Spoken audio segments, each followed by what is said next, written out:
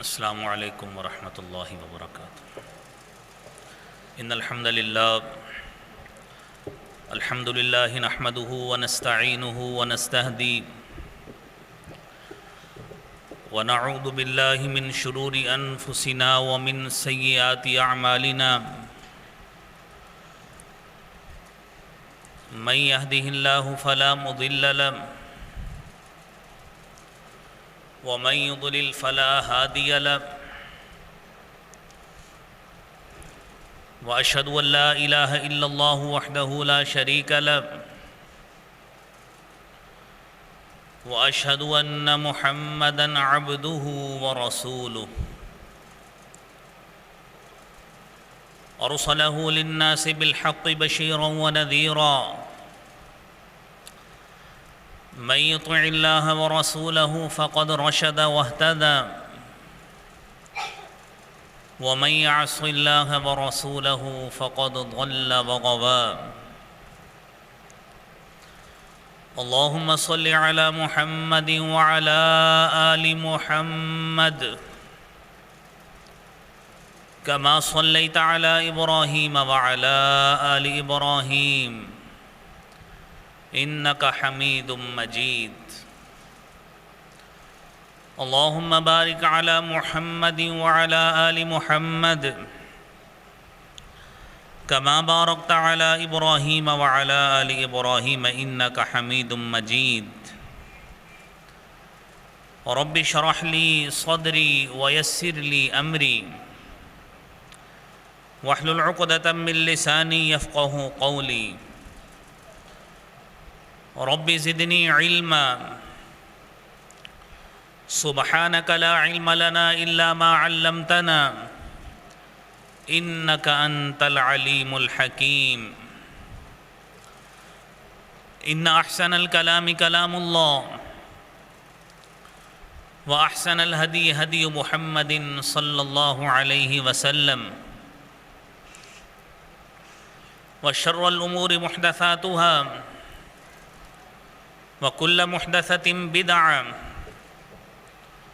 وكل بدعة ضلالة الضلالة في النار أعوذ بالله السميع العليم من الشيطان الرجيم بسم الله الرحمن الرحيم وما آتاكم الرسول فخذوه وما نهاكم عنه فانتهوا واتقوا الله ان اللہ شدید العقاب صدق اللہ العظیم۔ حضرات دی وقار، حمد و ثنا، تعریف و تمہید، کبریائی، بڑائی اللہ احکم الحاکمین کی ذات کے لیے خاص ہے۔ درود و سلام حضور سرور کونین، شفیع المذنبین، رحمت للعالمین، جناب محمد الرسول اللہ صلی اللہ علیہ وسلم کی ذات اقدس پر۔ حضرات محترم، آج کے موضوع جمعہ میں سنت رسول صلی اللہ علیہ وسلم کی اہمیت و حیثیت، اس حوالے سے گفتگو ہوگی۔ بھائیوں، قرآن کریم میں اللہ رب العالمین نے حضور نبی مکرم رسول معظم جناب محمد الرسول اللہ صلی اللہ علیہ وسلم کی ذات اقدس کو بہت بڑی حیثیت سے نوازا ہے،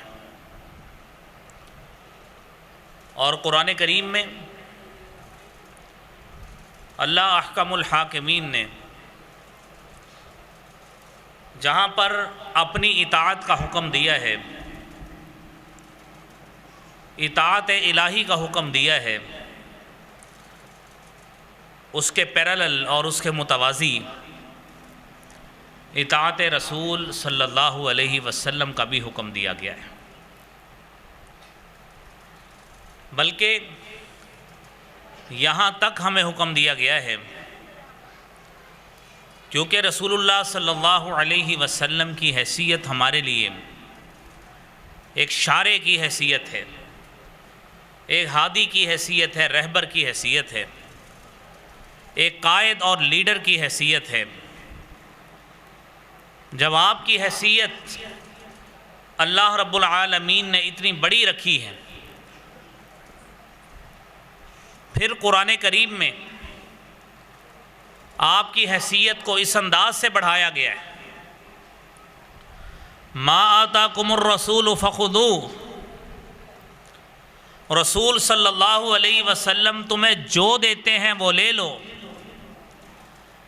وما نہاکم عنہ فانتہوا، اور جس سے روکتے ہیں رک جاؤ۔ یہ ہمارے لیے دین ہے، یہی شریعت ہے، یہی ہمارے لیے ڈیسائسو لائن ہے۔ ہمارے لیے حکم کیا ہے؟ ہمارے لیے دین وہی ہے، ہمارے لیے شریعت وہی ہے جس بات کا حکم اللہ رب العالمین نے دیا ہے، اللہ کے رسول صلی اللہ علیہ وسلم نے دیا ہے۔ اور جس چیز سے، جس بات سے اللہ رب العالمین نے منع فرمایا ہے، اللہ کے پیارے حبیب صلی اللہ علیہ وسلم نے منع فرمایا ہے، اس سے رک جانا یہی ایک مومن کی صفت اور خاصیت ہونی چاہیے۔ قرآن کریم میں اس بات کا اظہار بڑے احسن انداز میں کیا گیا ہے۔ وَمَا كَانَ لِمُؤْمِنٍ وَلَا مُؤْمِنَةٍ إِذَا قَضَى اللَّهُ وَرَسُولُهُ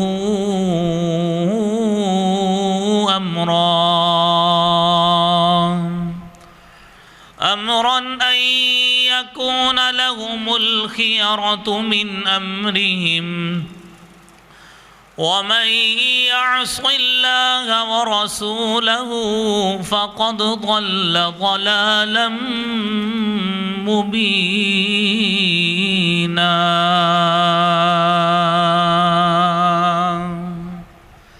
کسی مومن مرد، کسی مومن عورت کے لیے یہ جائز ہی نہیں ہے، اذا قضى الله ورسوله امرا، جب ایک فیصلہ اللہ نے کر دیا ہے، اللہ کے رسول صلی اللہ علیہ وسلم نے فیصلہ کر دیا ہے، جب فیصلہ ہو چکا، جب فیصلہ کر دیا گیا، ان یکون لہم الخیرۃ من امرہم، کہ اب وہ معاملے کا اپنے پاس اختیار رکھیں، یہ ہو نہیں سکتا۔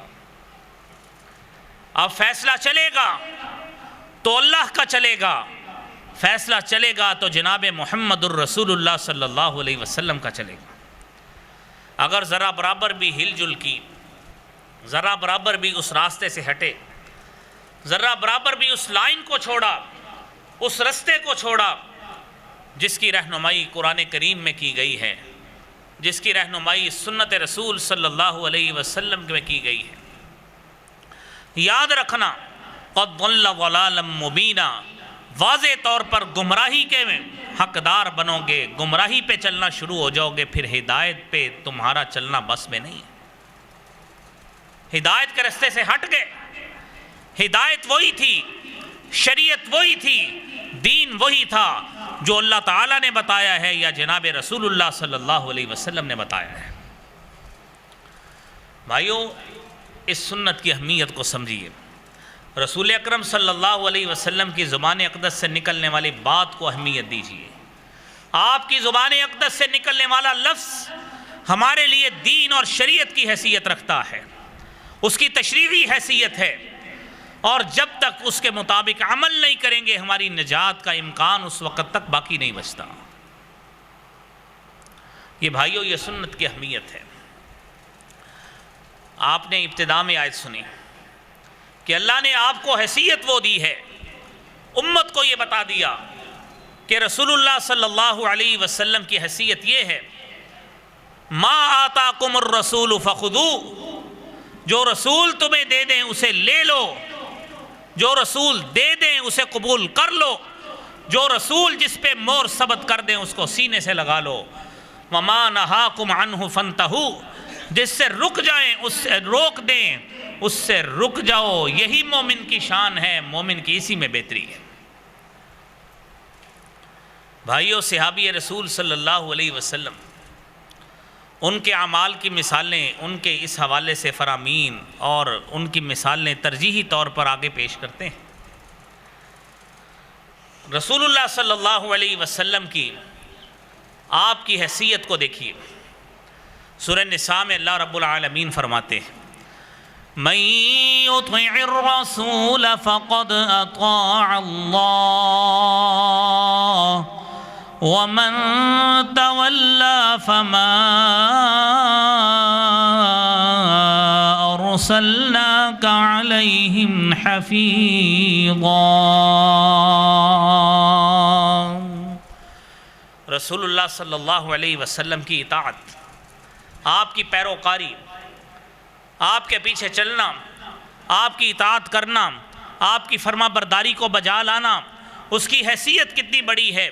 رب العالمین فرماتے ہیں کہ جو میرے رسول کے طریقے پہ چلے گا، جو میرے رسول کی اطاعت کرے گا، جو اس کی سنت کو تھامے گا، فقد اطاع اللہ، میں رب اعلان کرتا ہوں کہ اس کی حیثیت یہ ہے گویا اس نے میری اطاعت کی ہے، میرے رب کی اطاعت کی، مجھ رب کی اطاعت کی۔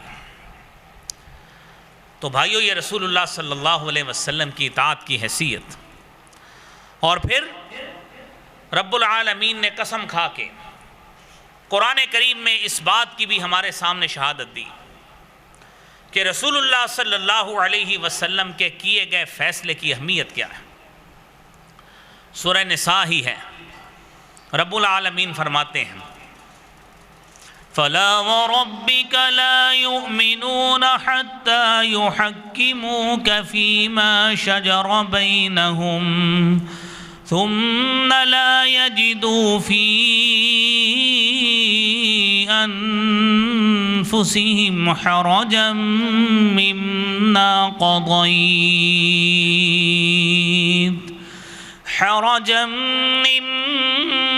قضيت ويسلموا تسليما۔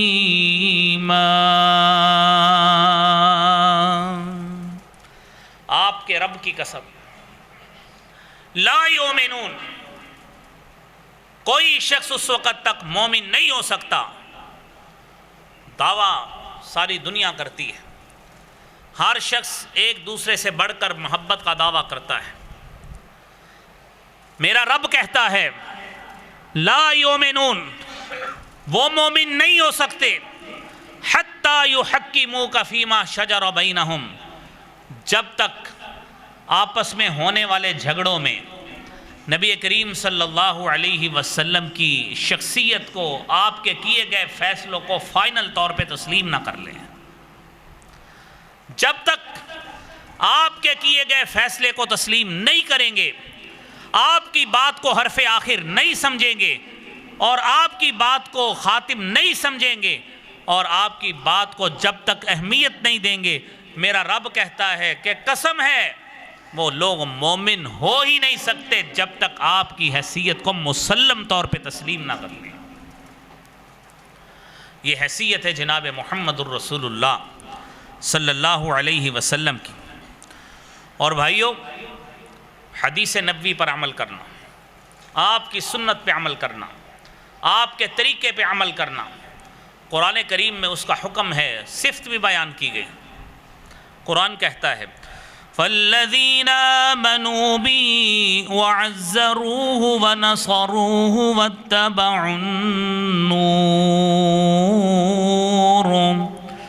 وَاتَّبَعُوا النُّورَ الَّذِي أُنزِلَ مَعَهُ أُولَئِكَ هُمُ الْمُفْلِحُونَ۔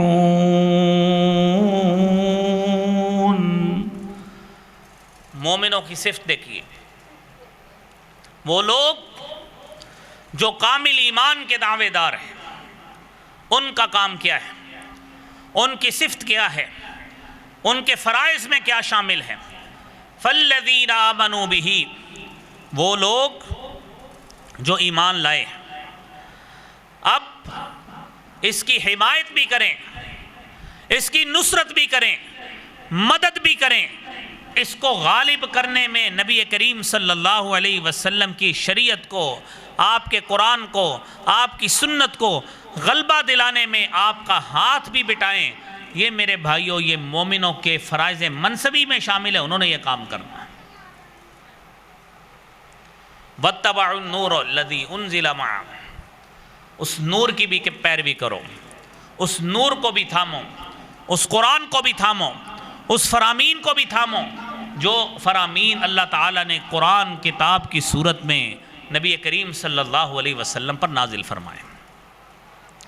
اگر یہ ہوگا، اگر یہ کام کرو گے، اگر سنت پہ اس طرح پیرا دو گے، یہ کام کرو گے، میں رب شہادت دیتا ہوں اولئک ھم المفلحون، تم کامیاب ہو، فلاح پانے والے لوگ۔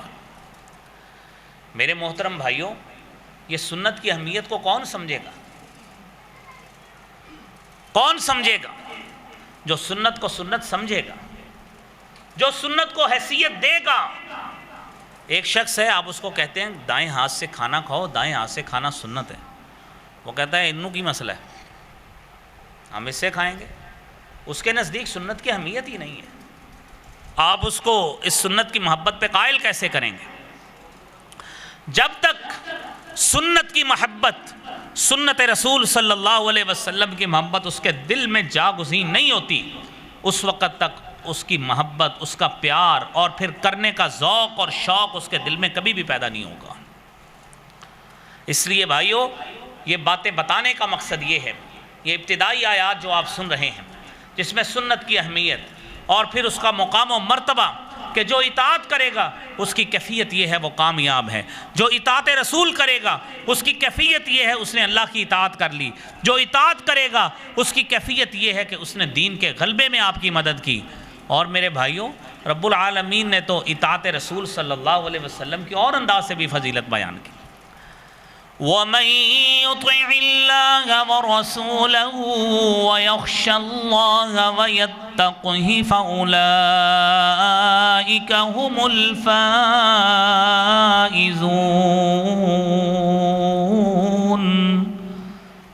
جو شخص اللہ کی اطاعت کرے، اللہ کے رسول صلی اللہ علیہ وسلم کی اطاعت کرے، وَيَخْشَ اللَّهَ، اللہ سے ڈرے، وَيَتَّقْهِ، اس اللہ کے تقوی کو، اس کی خشیت کو اپنے دل میں جگہ دے، اولئک ھم الفائزون۔ رب العالمین فرماتے ہیں یہ کامیاب اور کامران لوگ ہیں، اگر یہ اس ڈگر پہ چل پڑے ہمیشہ کامیابی ان کے قدموں کو چومیں گی۔ کرے تو صحیح، سنت کی اہمیت کو جگہ تو دے، اپنے دل میں اس کو سپیس تو دے، مقام تو دے، مرتبہ تو دے، اس کی حیثیت کو اپنے دل سے تسلیم کرے۔ جب کرے گا اللہ رب العالمین کی طرف سے یہ نوازشات تب عنایت ہوں گی۔ میرے بھائیوں، یہی اتباع سنت ہے، اتباع رسول ہے، اطاعت نبوی ہے۔ انسان اگر اس ڈگر پہ چل پڑے، اس کو تھام لے، تو رب العالمین فرماتے ہیں اس نے گویا اللہ سے محبت کی ایک بہترین جو ذریعہ ہے اس کو تھام لیا۔ قُلْ إِن كُنتُمْ تُحِبُّونَ اللَّهَ فَاتَّبِعُونِي يُحْبِبْكُمُ اللَّهُ وَيَغْفِرْ لَكُمْ ذُنُوبَكُمْ وَاللَّهُ غَفُورٌ رَحِيمٌ۔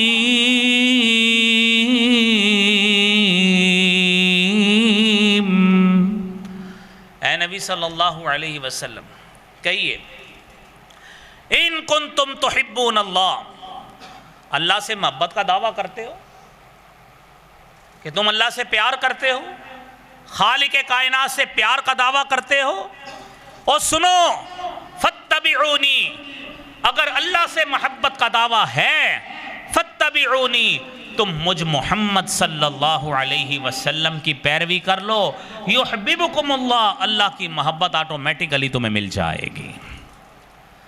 اللہ تمہیں اپنا محبوب بنا لیں گے، اپنا پیار والا بندہ بنا لیں گے، محبوب بنا لیں گے، لیکن بنیادی شرط کیا ہے کہ آپ نے اطاعت رسول صلی اللہ علیہ وسلم کرنی ہے، نبی کریم صلی اللہ علیہ وسلم کی اطاعت کرنی ہے، آپ کی سنت پہ پیرا دینا ہے، آپ کی سنت کی محافظت کرنی ہے، اس کا تحفظ کرنا ہے، اور عملی طور پر اپنی زندگی میں اس کا نفاذ کرنا ہے۔ تم کرو گے تمہیں اللہ کی محبت از خود ہی مل جائے گی۔ میرے محترم بھائیوں،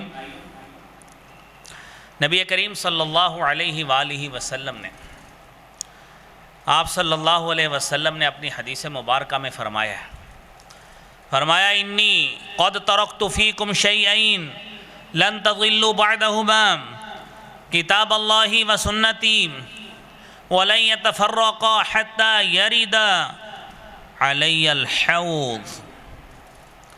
نبی کریم صلی اللہ علیہ وسلم نے فرمایا یہ جو دو باتیں میں تمہارے اندر چھوڑ کے جا رہا ہوں، اس کو تھامے رکھو گے، اس سے تعلق بناؤ گے، اس سے اپنے آپ کو وابستہ رکھو گے، اپنی زندگیوں کو اس کے مطابق کرو گے، اپنے معاملات کو اس کے مطابق کرو گے، زندگی میں کئی باطل فرقے آئیں گے، کئی فتنے آئیں گے، اور ساری چیزوں سے تم محفوظ رہو گے، اس کو تھامے رکھو گے، حتی یرد علی الحوض، میرے پاس حوض کوثر پہ میں تمہارا استقبال کروں گا۔ آؤ تو صحیح، یہ کیسے تلاش کریں گے؟ انسان صبح اٹھتا ہے، صبح اٹھنے کے بعد وہ سب سے پہلا کام وہ کوشش کرتا ہے کہ میں آج کسی عالم سے ملوں اور اس سے پوچھوں نبی اکرم صلی اللہ علیہ وسلم کے روزمرہ کے معمولات کیسے تھے۔ اس کو بتایا کہ نبی اکرم صلی اللہ علیہ وسلم صبح سب سے پہلے جب اٹھتے تھے یہ اذکار کرتے تھے، دعائیں پڑھتے تھے، یہ سورہ آل عمران کی آیات پڑھتے تھے۔ آپ صلی اللہ علیہ وسلم اس طرح نماز کی تیاری کرتے تھے، اس طرح مسجد میں جاتے تھے، اس طرح تہجد پہلے پڑھتے تھے۔ یہ ساری باتیں ہوتی ہیں، ایک مومن آدمی یہ ساری باتیں سنتا ہے، اس کو خواہش ہوتی ہے کہ میرے محبوب پیغمبر جناب محمد الرسول اللہ صلی اللہ علیہ وسلم کا یہ عمل تھا، یہ معمول تھا روزمرہ کا، اب میں نے اسی طرح ہی کام کرنا ہے۔ میرے بھائیوں، جب وہ ٹھان لیتا ہے اس کام کی کہ میں نے واقعتاً سنت رسول کی تلاش میں، اس کی محافظت میں یہ کام کرنا ہے، میرے محترم بھائیوں یہ خوشخبری اس شخص کے لیے ہی ہے کہ تو اے بندے ہمیشہ ہر عمل سنت کے مطابق کر۔ جناب محمد الرسول اللہ صلی اللہ علیہ وسلم کی زبان اقدس سے خوشخبری نکلی ہے، تم اس کو تھامے رکھو گے اور اسی کو تھامتے ہوئے آؤ گے، میں تمہارا حوض کوثر پہ استقبال کروں گا۔ یہ بندہ تلاش خود کرے کہ اصل پیٹرن، اصل نمونہ اور اصل بنیاد کسی بھی عمل کی کیا ہے۔ جب انسان کسی بھی حقیقت تک پہنچ جاتا ہے، وہ کھانے کا عمل ہو، وہ پینے کا عمل ہو، عبادت کا عمل ہو، گھریلو معاملات کا عمل ہو، وہ کاروباری معاملات کا عمل ہو، دنیاوی دیگر معاملات ہوں، انسان ایک مرتبہ سوچ لے، اپنی فکر بنا لے کہ میں نے ہر عمل میں سنت رسول صلی اللہ علیہ وسلم کو لینا ہے، پھر دیکھیے گا اللہ تعالیٰ ہر لمحے، ہر موڑ پہ برکات کا نزول کس طرح فرماتے ہیں۔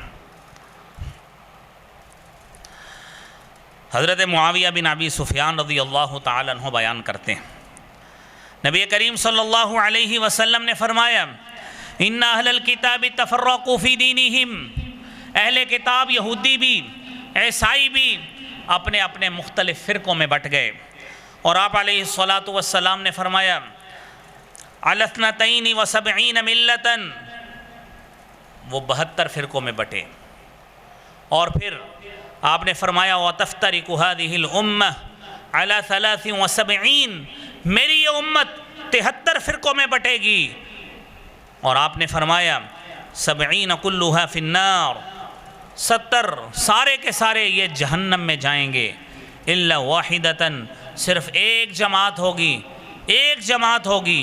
وہ کون سی جماعت ہے؟ وَيَخْرُجُ مِنْ أُمَّتِي أَقْوَامٌ تَتَجَارَى بِهِمْ تِلْكَ الْأَهْوَاءُ كَمَا يَتَجَارَى الْكَلْبُ بِصَاحِبِهِ۔ کچھ قومیں ایسے ہوں گی جو خواہشات کی غلام اس طرح بن جائیں گی جس طرح کتے میں بولے پن کی بیماری سرایت کر جاتی ہے، وہ اس طرح اپنی خواہشات کی غلام بنیں گی۔ اور جس کو بھی جس طرح کتا پھر وہ چھوتا ہے، وہ اس کو اپنے پیچھے لگا کر وہ بیماری اپنے اس کے اندر داخل کر دیتا ہے، اس کی موت واقع ہو جاتی ہے۔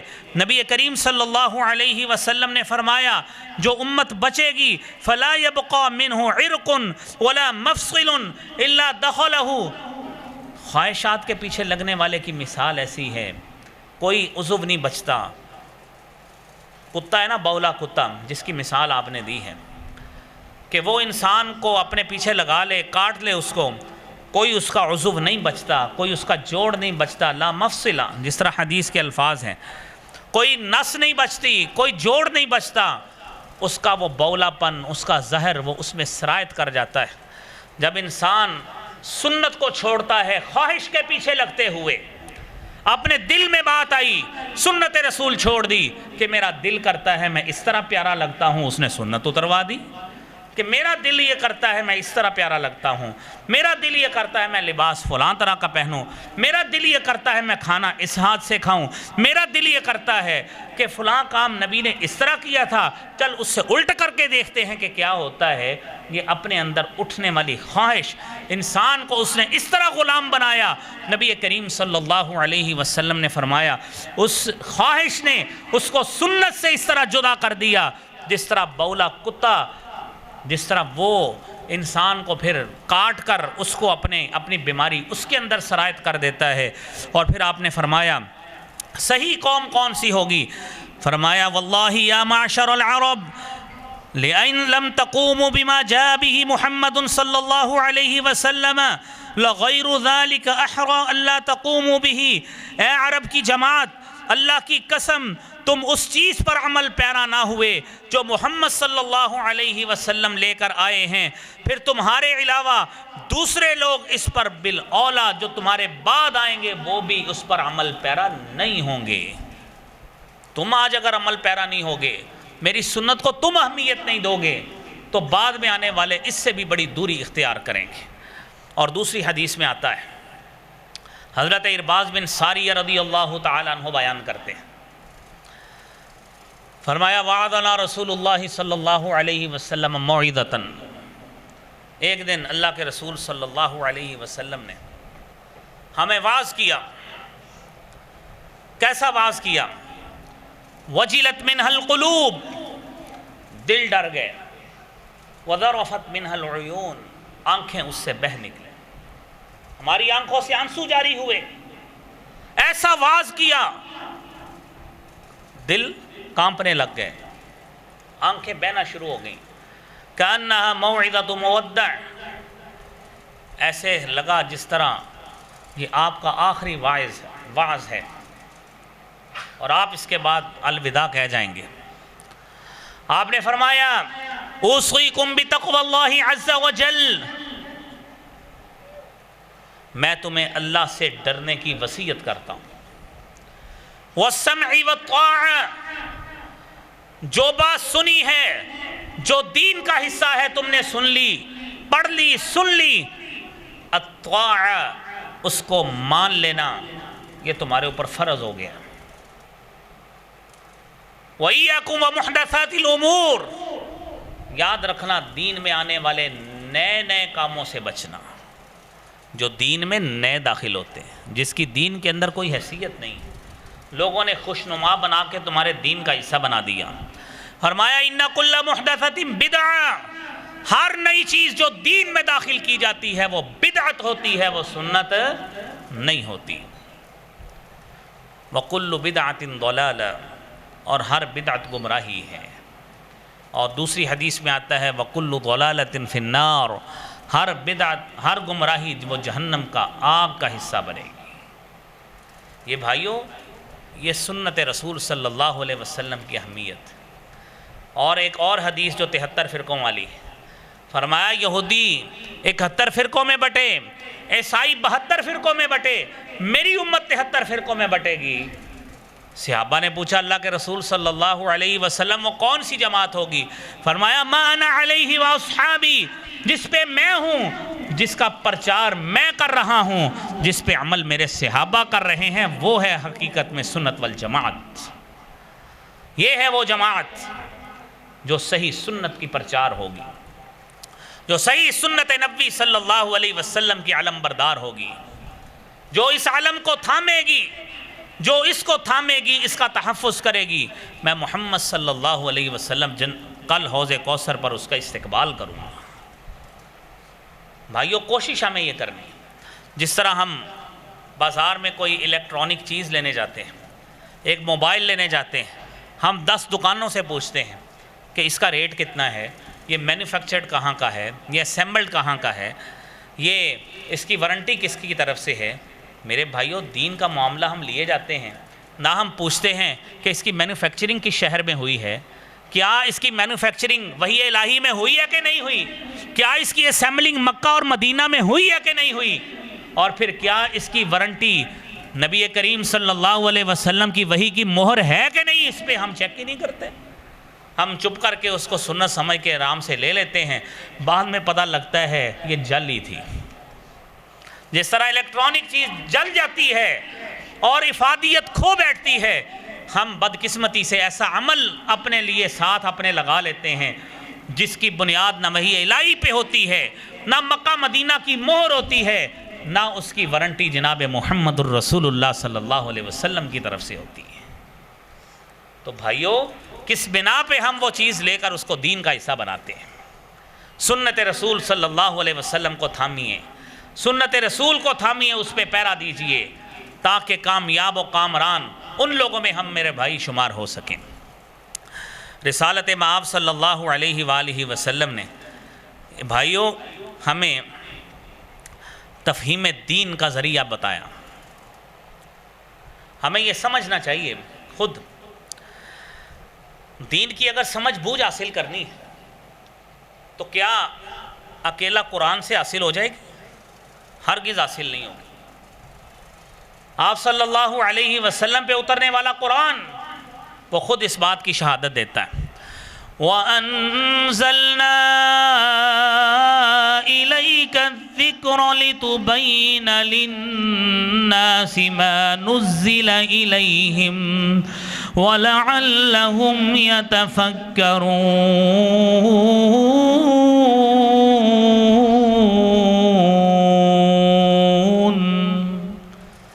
ہم نے آپ کی طرف جو ذکر نازل کیا ہے، جو قرآن نازل کیا ہے، اس کے مقاصد میں ایک مقصد یہ بھی ہے لِتُبَيِّنَ لِلنَّاسِ، اس کو واضح کر کے، اس کی تبیین کر کے، اس کی تفسیر کر کے، اس کی انٹرپریٹیشن کر کے آپ لوگوں کے سامنے بیان کریں، اس کو کھول کے بیان کریں، تاکہ خفیہ معانی مفاہیم جو عام آدمی کی دسترس میں نہیں ہے، آپ محمد صلی اللہ علیہ وسلم سب سے پہلے مفسر قرآن ہے، اس کی وضاحت آپ خود کر کے لوگوں کو پیش کریں۔ تو نبی کریم صلی اللہ علیہ وسلم نے کی، آپ نے کی، اور جو کچھ کیا ہے وہ سارا سنت رسول میں، حدیث نبوی صلی اللہ علیہ وسلم میں ذخیرہ محفوظ ہے۔ آج اگر کوئی شخص کہتا ہے کہ میرے لیے قرآن ہی کافی ہے، حدیث کی کوئی ضرورت نہیں ہے، اس سے بڑا بدترین اور گمراہ شخص کوئی نہیں ہے۔ میرے محترم بھائیوں، اس نے حدیث کا انکار کر دیا۔ وہ کہاں سے لائے گا کہ 5 نمازیں دن میں فرض ہیں؟ کہاں سے پتہ لگے گا کہ دن میں 5 نمازیں فرض ہیں؟ کہاں سے پتہ لگے گا کہ روزے کے اندر یہ ممنوعات ہیں، یہ کھانا نہیں ہے، پینا نہیں ہے، سحری یوں کرنی ہے، افطاری یوں کرنی؟ کہاں سے پتہ لگے گا؟ آپ کو حلال و حرام کا کون بتائے گا؟ قرآن کریم نے یہ تو بتا دیا خنزیر حرام ہے، خون حرام ہے، کتے کی حرمت کو کون ثابت کرے گا؟ اس کے لیے حدیث کی طرف رجوع کرنا پڑے گا، سنت رسول کی طرف رجوع کرنا پڑے گا۔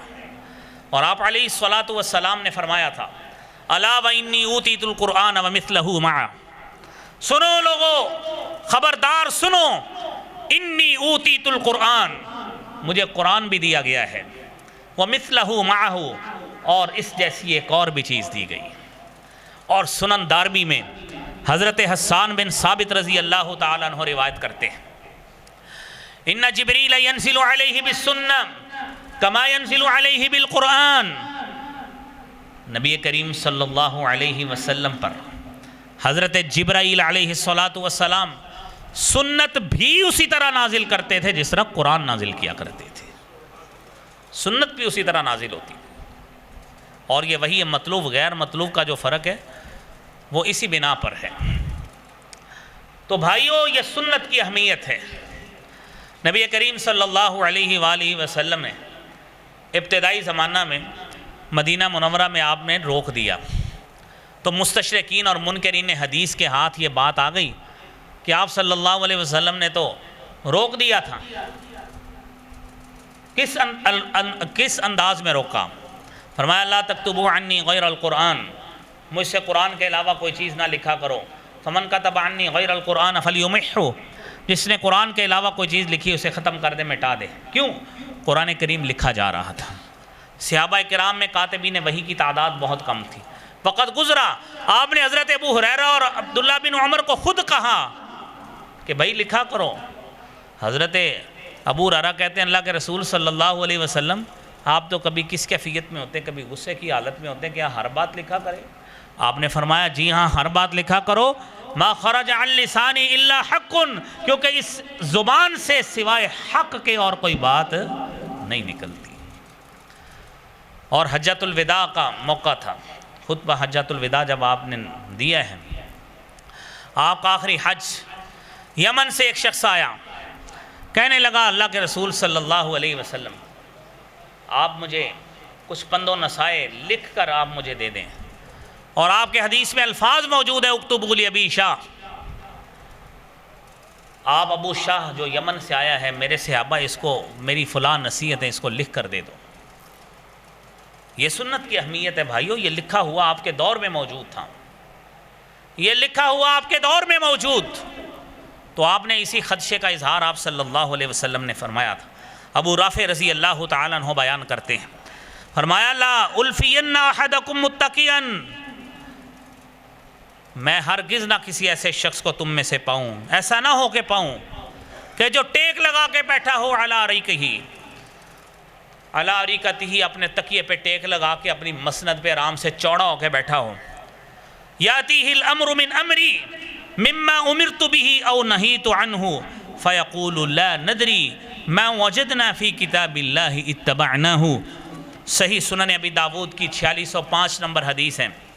فرمایا وہ چوڑا ہو کے اپنی مسند پہ بیٹھا ہو، میری کوئی بات پہنچے جس میں میری طرف سے کسی کام کا حکم دیا گیا ہے، یا میری طرف سے جس بات سے روکا گیا ہے اس کے پاس کے بات پہنچتی ہے، اور وہ بڑے آرام سے ٹیک لگائے، بڑی سہل پسندی سے یہ کہتا ہے کہ نہیں میں اس بات کو نہیں مانتا، میرے لیے یہی کافی ہے جو قرآن میں لکھا ہے، میں اسی کی ہی پیروی کروں گا۔ فرمایا لا الفین احدکم متقیا، ہرگز ایسا نہ ہو کہ مجھے کوئی ایسا شخص ملے جو یہ ہوگا وہ منکر حدیث ہوگا، وہ نبی کریم صلی اللہ علیہ وسلم کا منکر ہوگا۔ اس نے قرآن کو تو مانا ہے، اس نے صاحب قرآن کو نہیں مانا، اس نے قرآن کو تو مانا، جناب محمد الرسول اللہ صلی اللہ علیہ وسلم کی تشریح، تبیین اور وضاحت کو نہیں مانا۔